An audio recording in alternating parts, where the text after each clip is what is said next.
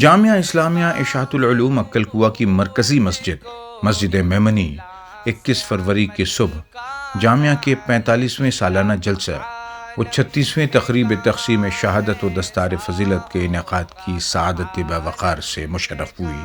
بانی جامعہ حضرت مولانا غلام محمد وستانوی کی صدارت میں یہ عظیم الشان جلسہ منعقد ہوا، جبکہ سراج الملت حضرت مولانا قاری سید بلال حسین تھانوی دامت برکاتہم مہمان خصوصی کی حیثیت سے شریک ہوئے۔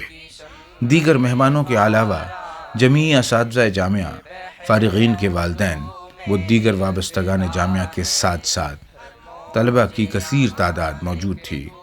فارغین کو مہمانوں کے ہاتھوں دستار فضیلت و اسناد سے نوازا گیا۔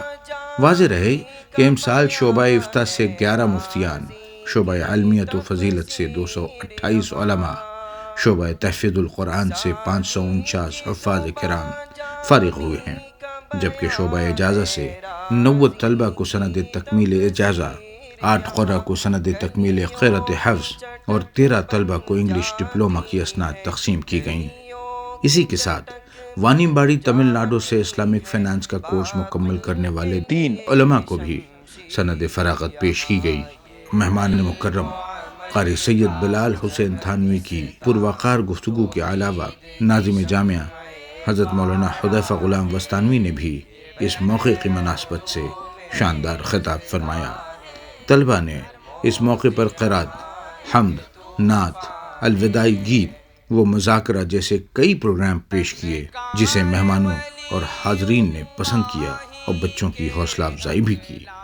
رئیس و مؤسس جامعہ حضرت مولانا غلام محمد وستانوی کی مختصر گفتگو اور دعا پر اس پروگرام کا اختتام عمل میں آیا۔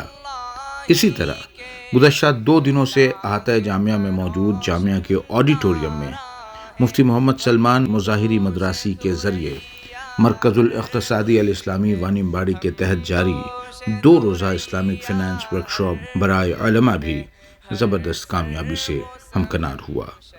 Report team الوستانوی۔